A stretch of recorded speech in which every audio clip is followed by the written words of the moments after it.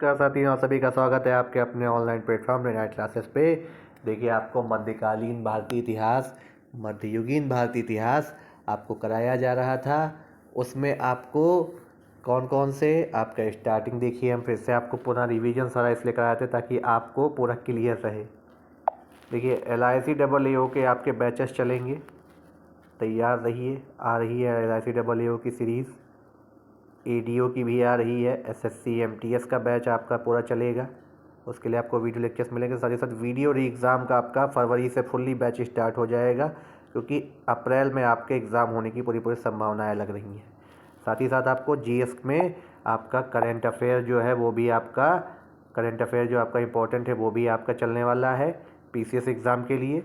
तो चलिए, आप सभी को क्या करना है, बस चैनल को लाइक, वीडियो को लाइक करनी है, खूब सारा शेयर करना है। जितना आप शेयर करेंगे उतना हमें मनोबल मिलता है। देखिए, हमने आपको मध्ययुगीन भारतीय इतिहास स्टार्ट किया था। उसमें आपको हमने कासिम से स्टार्ट किया था, कासिम। उसके बाद गौरी गजनवी तराइन का युद्ध होता है। फिर आप आते हैं दिल्ली सल्तनत गुलाम वंश पे, पूरा गुलाम वंश आपका चलता है। वहाँ पे ऐबक को हमने पढ़ा, इल्तुतमिश को पढ़ा। Iltutmish is the real establisher of Delhi Sultanate. Razia Sultana आती हैं वहीं पे आपकी। उसके बाद आपके खिलजी वंश बलबन आते हैं, फिर खिलजी वंश चलता है, कई सारे रिफॉर्म्स होते हैं उसमें। फिर आपका तुगलक वंश, और तुगलक वंश भी हमने आपको लास्ट वीडियो में समाप्त कर दिया था। तो आज कुछ तुगलक वंश के बाद का जो परिचर्चा है उसके बारे में आइए देखते हैं। देखिए, तुगलक वंश, फिरोज शाह तुगलक की जो मृत्यु होती है उसके बाद आपका क्या होता है, देखिए इंपॉर्टेंट जो चीज़ें हैं वही आपको बताई जाएंगी। देखिए, उसके बाद फिरोज शाह के उत्तराधिकारियों में काफ़ी लड़ाई होती है। उनका जो पुत्र था फतेह खान, उसने उत्तराधिकारी घोषित किया, लेकिन उसको मार दिया जाता है। फिर मोहम्मद खां हुए, लेकिन काफ़ी सारे उनको मिलते रहे। फिर तुगलक शाह द्वितीय आते हैं, उनको विद्रोह होता है, जफ़र खां है। फिर नसरुद्दीन मोहम्मद शाह के नाम से आपके शासक बनते हैं अंतिम। कौन बनते हैं? नसीरुद्दीन महमूद शाह। नसीरुद्दीन मोहम्मद शाह, ये 1390 में आपके बनते, 94 तक रहे थे ये। देखिए, इन्होंने जो है अपने दुर्ग भी बनवाया था मोहम्मदाबाद में करके, और 1394 में इनको मार दिया जाता है। तो उसके बाद आपके सिकंदर शाह की उपाधि धारण करके नसीरुद्दीन महमूद शाह के बाद उनके पुत्र आते हैं, उनको ही मार दिया जाता है। और फिर आपके जो अंतिम बनते हैं तुगलक वंश के अंतिम शासक की अब बात करेंगे, तो वो थे आपके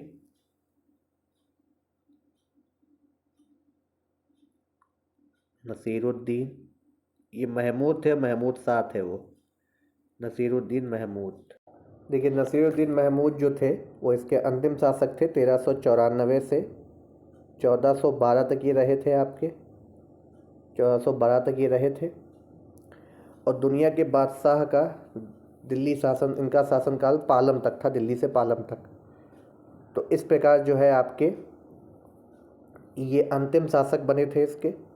और मध्य एशिया के जो तुर्क थे वो 1398 करीब तैमूर ने दिल्ली पे आक्रमण किया, और इसको जो है इस पृथ्वी पर ईश्वर का कोड़ा कहा गया। और फिर आपके खिज्र खां आ जाते हैं, खिज्र खां को सारा ये राज्य दे के चले जाते हैं। और खिज्र खां ने दिल्ली पे आक्रमण करके सैयद वंश की स्थापना करी थी, वो हम आगे देखेंगे। अब अगर कुछ इंपॉर्टेंट क्वेश्चन है, देखिए दीवाने बंदागान वगैरह हम आपको सब बता चुके हैं, स्टार्टअप का जो बताया था पूरा। तो अब आपके कुछ महत्वपूर्ण प्रश्न है उन्हें देखते हैं। देखिए, जो तुगलक वंश से हर एक एग्जाम में आते हैं। देखिए, पहला क्वेश्चन क्या है? पहला क्वेश्चन जो है आपका, दिल्ली सल्तनत का सर्वाधिक विद्वान शासक जो खगोल शास्त्र, गणित एवं आर्य विज्ञान सहित अनेक विद्याओं में माहिर था। बहुत लोग यहाँ फंस सकते हैं, खिलजी का नाम ले सकते हैं, लेकिन नहीं, मोहम्मद बिन तुगलक। देखिए, उनकी योजनाएं जरूर असफल कुछ रही थी, लेकिन उन्होंने कई विद्याओं का उन्हें ज्ञान था, काफ़ी माइंडेड थे वो। अगला बहुत important question, very very important question, कई सारे एग्जामों में आया है। SSC वाले तो बिल्कुल खास तौर पे देख लें, MTS से लेके CHSL तक, और UPSSC वाले भी इसको देख लें। PCS में तो सब इम्पॉर्टेंट है। मोहम्मद बिन तुगलक अपनी राजधानी दिल्ली से कहाँ ले गए थे? लाहौर ले गए थे? नहीं। करिंजल ले गए थे? नहीं। कहाँ ले गए थे? दौलताबाद ले गए थे, देवगिरी। जिसको बोला जाता है देवगिरी था, उसको दौलताबाद भी कहते थे। तो अगर ऑप्शन में आपको देवगिरी दे दिया जाए तो वो भी आपका राइट आंसर होगा। ऑप्शन नंबर ए इसका राइट आंसर है। तीसरा कथन है, मोहम्मद बिन तुगलक ने एक नया स्वर्ण सिक्का जारी हो गया जो इब्न बतूता द्वारा दीनार कहा गया। फिर कारण क्या था? मोहम्मद बिन तुगलक पश्चिम एशियाई तथा उत्तर अफ्रीकी देशों के साथ व्यापार में अभिवृद्धि के लिए स्वर्ण सिक्कों की टोकन मुद्रा जारी करना चाहता था। तो अब आपको इसमें कोट ऐसे क्वेश्चन आपके पीसीएस में भी आते हैं और आज ये आईएएस में आया हुआ क्वेश्चन है, ये आपको बता दूं।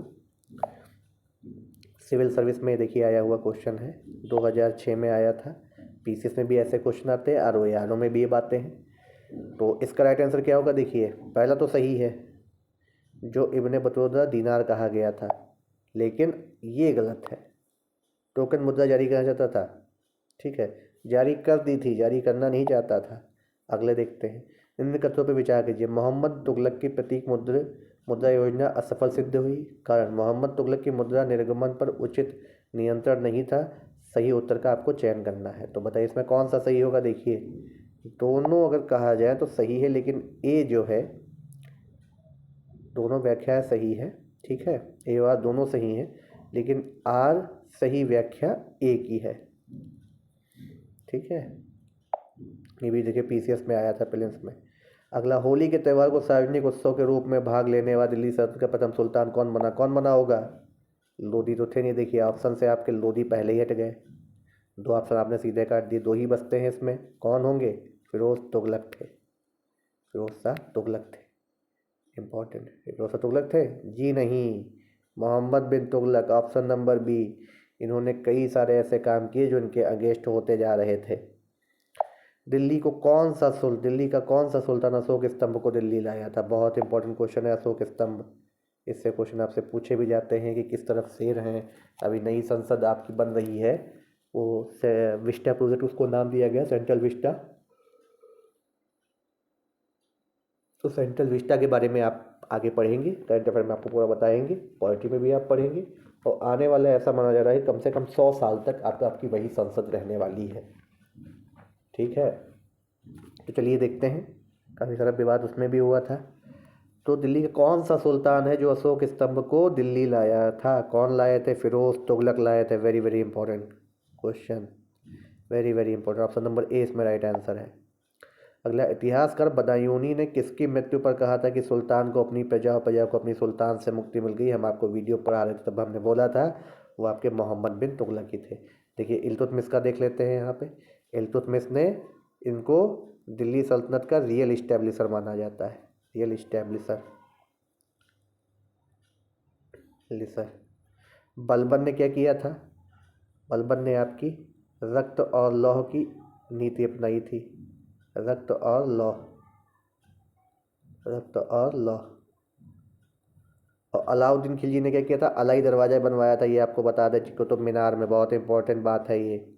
अलाई दरवाज़ा इन्होंने बनवाया था कुतुब मीनार में, अलाउद्दीन खिलजी ने, ठीक है। बाजार नियंत्रण प्रणाली इन्होंने स्थापित करी थी। आइए अगला देखते हैं।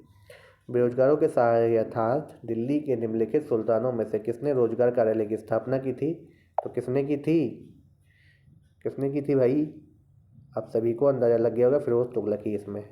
देखिए एलडीए यूडीए में क्वेश्चन आया था ये। मध्यकालीन भारतीय राजाओं के संदर्भ में निम्नलिखित में से कौन सा कथन सही है?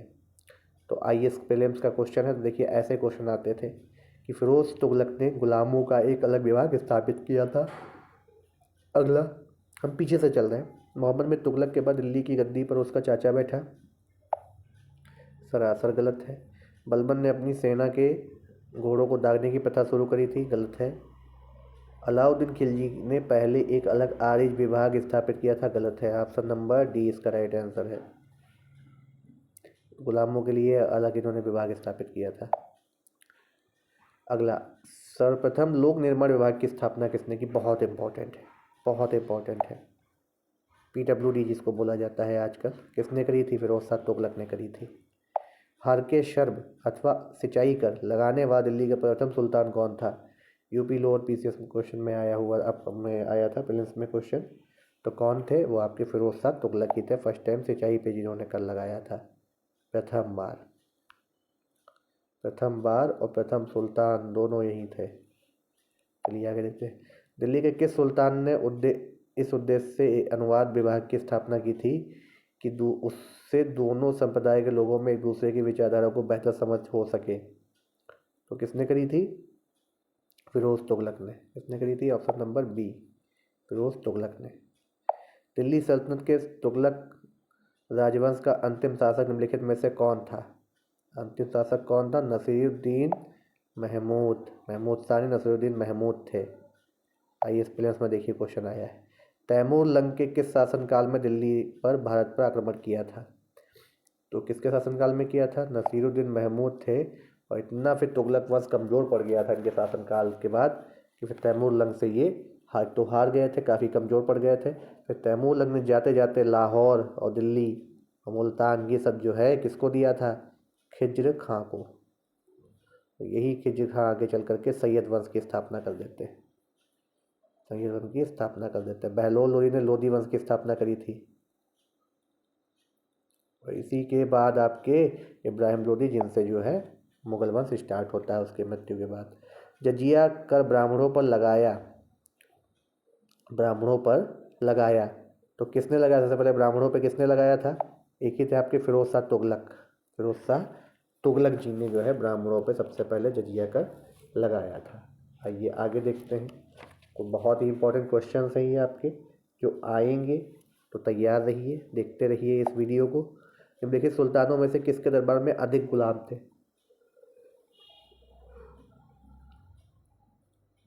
ये बहुत इंपॉर्टेंट क्वेश्चन है। ये आपको नॉर्मली जनरली बुक में नहीं मिलेगा, ना कोई अपने नोट्स में ऐसे बताएगा ये। तो कौन थे? देखिए, बीपीएससी बिहार में पीसीएस में क्वेश्चन आया है, यूपीएससी में भी आने के पूरे चांसेस हैं। कौन थे? फिरोज तुगलक थे। Option number D. घड़ी व ग्रहकर लगाने वाला दिल्ली सल्तनत का प्रथम सुल्तान कौन था? तो ये कौन थे आपके? अलाउद्दीन खिलजी थे। घड़ी जो कर लगा था आपको बताया था Alauddin Khilji. Option number B. ऊपर नीचे हो गए ऑप्शन। निम्न को उनके कालानुक्रम के अनुसार लगाइए। देखिए, सबसे पहले आपके कौन आते हैं? तो सबसे पहले देखिए आपके आते हैं रुकनुद्दीन, फिरोज शाह ही रहे थे, पहले हो जाएंगे। फिर दूसरे मुबारक खान थे या नहीं? जी हाँ, मुबारक खान भी थे, उसके बाद दूसरे लग गए। फिर फिरोज तुगलक है या आलम शाह है? तो फिर अब आपके आते हैं फिरोज तुगलक ही आते हैं। चौथे आलम शाह। तो 1 2 3 4 आपका जो है इसमें राइट आंसर है। 1 2 3 4 चारों सही से एक के बाद एक लगे हुए हैं। सुल्तान मोहम्मद बिन तुगलक हिंद और सिंध शब्द का प्रयोग किसने किया? सुल्तान मोहम्मद बिन तुगलक के शासन क्षेत्र को हिंद और सिंध का शब्द प्रयोग किसने किया था? इबन बतूता, बगल में जूता वाले। 1333 में भारत आए थे। इबन बतूता कहाँ के थे? मोरक्को। बुक कौन सी इन्होंने लिखी थी जो बहुत इंपॉर्टेंट है उस टाइम की? ये थी रेहला। पूछा जाता है रेहला बुक किसने लिखी, किसकी शासनकाल में लिखी थी, वो कहाँ के थे? ये मोरक्को के थे। ये अगला देखते हैं। वली और अमीर के पदों को किसने किया? वली और अमीर के पदों को किसने पृथक किया, किसने अलग किया? तो किसने अलग किया था? Mohammad Tughlaq. Option number B is the right answer, Mohammad Tughlaq. Ghiyasuddin Balban थे। गयासुद्दीन बलबन इनका पूरा नाम था। ये बलबन यहाँ पे अलग दे रखा है। अगला, यात्री इब्न बतूता किसके शासनकाल में भारत आया था? बहुत इंपॉर्टेंट है, पूछा जाता है, कई बार पूछा जाता है। वेरी वेरी इंपॉर्टेंट क्वेश्चन है ये। किसके शासनकाल में भाई आए थे ये? तो मोहम्मद बिन तुगलक के शासनकाल में आए थे ये।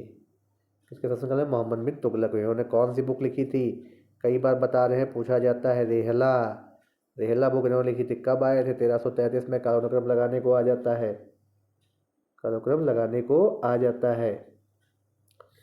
अच्छा, उत्तर भारत में चांदी का सिक्का या टंका जारी करने वाला प्रथम मध्यकालीन भारतीय शासक कौन था?